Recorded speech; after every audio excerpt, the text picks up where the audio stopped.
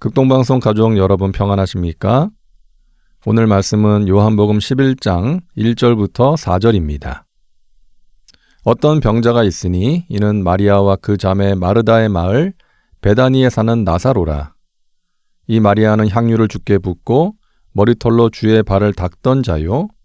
병든 나사로는 그의 오라버니더라.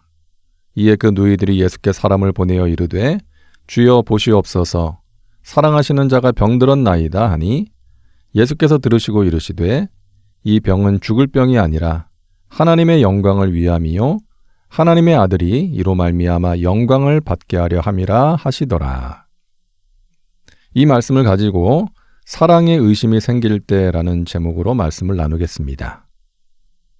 우리가 알고 있고 믿고 있는 예수님은 사랑의 주님이십니다. 예수님은 우리를 사랑하셔서 기꺼이 십자가를 지셨고 지금도 우리와 함께 하십니다. 그런데 때로는 그 사랑에 의심이 생길 때가 있어요. 인생의 풍랑, 고통의 문제 속에서 예수님의 사랑이 멀게만 느껴지고 의심이 생길 때가 있는 것이죠. 오늘 본문 말씀은 나사로의 가정에서 일어난 일인데요.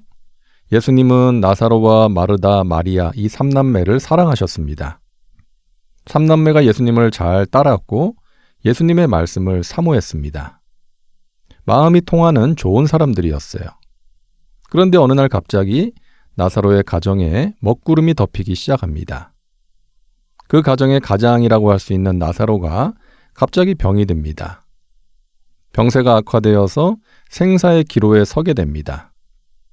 그래서 마르다와 마리아는 급하게 예수님께 사람을 보냅니다. 그런데 웬일인지 예수님은 그 소식을 들으시고도 빨리 달려가지 않으시고 시간을 지체하십니다. 6절을 보면 나사로가 병들었다는 소식을 들으시고도 계시던 곳에 이틀을 더 머무셨다고 말씀합니다. 결국 나사로는 병을 이기지 못하고 세상을 떠납니다. 예수님은 나사로가 죽어서 무덤에 들어간 지 나흘이 지나고서야 오셨습니다. 그 당시 마르다와 마리아의 마음이 어땠을까요? 사랑하는 오빠가 갑자기 세상을 떠났습니다. 더구나 자신들을 사랑한다고 믿었던 예수님은 소식을 전했지만 오시지도 않았어요. 예수님이 오셨다면 오빠는 살 수 있었을 텐데 예수님이 왜 그러셨을까? 예수님의 사랑을 믿었던 만큼 그들의 마음이 많이 힘들었을 것입니다. 오늘날 우리에게도 주님의 사랑을 의심할 만한 신앙의 위기가 찾아올 수 있습니다. 나사로의 가정에 임한 불행과 같은 갑작스러운 불행을 만나면 주님의 사랑을 의심할 수가 있는 것이죠. 우리는 어려움을 만나면 마르다와 마리아처럼 빨리 주님께 알려야 합니다. 도움을 구해야 합니다.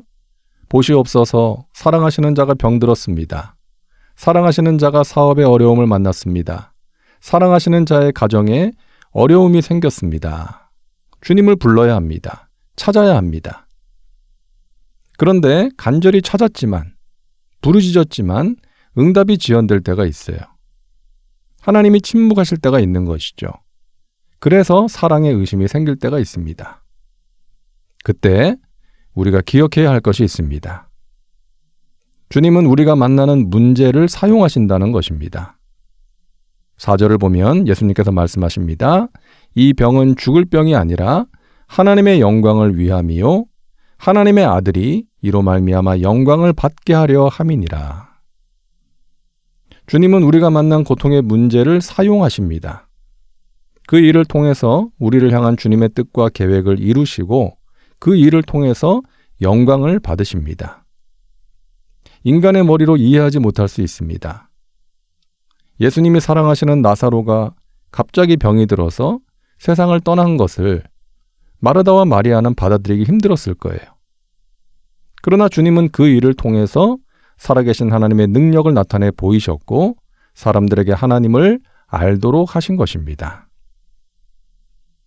예전에 이랜드 박성수 회장의 간증을 읽은 적이 있는데요. 대학생 때 몸에 이상이 생겼습니다. 온몸에 기운이 빠지는 근육무력증이라는 질병이었습니다. 펜을 들 기운도 없었고 덮고 있는 얇은 이불도 무겁게 느껴졌다고 합니다. 누워서 5년이라는 세월을 보내게 됩니다. 그때 성경을 여러 번 읽고 책도 많이 읽었다는 거예요. 이렇게 말합니다. 왜 하나님께서 이런 힘든 상황을 나에게 허락하셨을까? 많이 생각해 보았습니다. 그때 저는 하나님께서 저에 대한 놀라운 계획을 가지고 계셨고 그 일을 위해 저를 준비시키셨다는 사실을 깨닫게 되었습니다. 성공적인 기업 경영을 하기 위해 꼭 필요한 두 가지 준비가 있는데 하나는 기업을 하나님의 뜻대로 정직하게 경영할 수 있는 신앙의 준비요. 다른 하나는 많은 사람들을 이끌어갈 수 있는 광범위한 지식을 준비하는 것입니다. 그런데 하나님은 제가 병상에 있을 때 이 두 가지를 준비시켜 주셨습니다.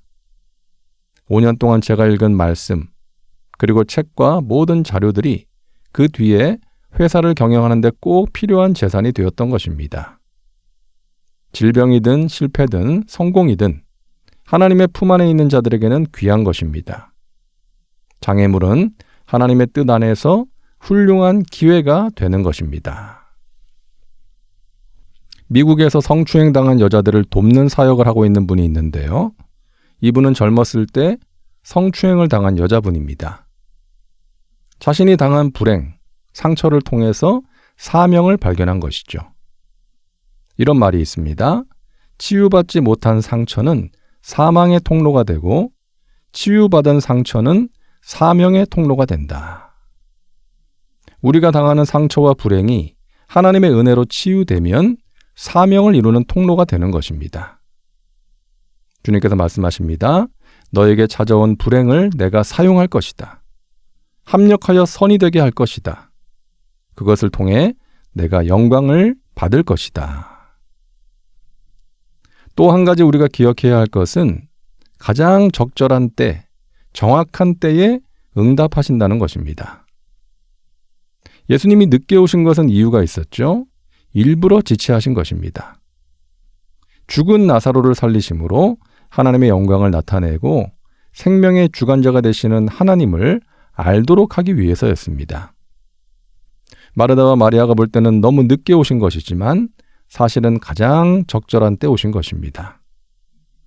마르다와 마리아는 주님의 기쁜 뜻을 알 수가 없었죠. 그래서 자신들의 소원이 응답되지 못했다고 생각했겠죠. 하지만 가장 좋은 주님의 때에 가장 좋은 주님의 방법으로 응답된 것입니다. 마틴 로이드 존스 목사님이 이런 말을 했어요.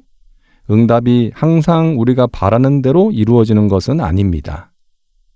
그러나 우리는 마지막에 이르러 그것이 우리 영혼을 위한 최선의 응답이었음을 깨닫게 될 것입니다.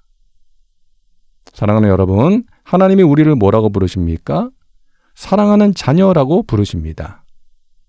사랑하는 내 딸아, 사랑하는 내 아들아, 내가 너를 위해 십자가에 달렸다고 말씀하십니다. 사탄은 속삭입니다. 하나님을 믿는 너에게 이런 어려움이 생겼는데 그래도 하나님의 존재를 믿겠니? 하나님이 너를 사랑한다는 것이 믿어지니?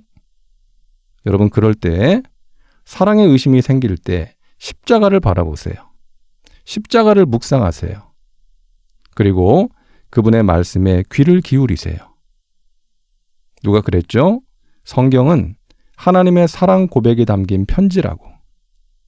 그 편지를 통해 하나님의 사랑에 대한 확신을 가지시기를 바랍니다. 하나님께서 여러분을 사랑하십니다. 사랑과 은혜가 풍성하신 하나님, 우리를 사랑하신 그 큰 사랑으로 인하여 우리가 죄사함을 받고 구원을 받았습니다. 그 사랑에 의심이 생길 때 하나님, 우리의 믿음을 붙들어 주옵소서. 선하신 하나님의 뜻과 계획을 신뢰하게 하시고 하나님이 행하시는 귀한 일들을 경험하게 하옵소서. 예수님의 이름으로 기도하옵나이다. 아멘.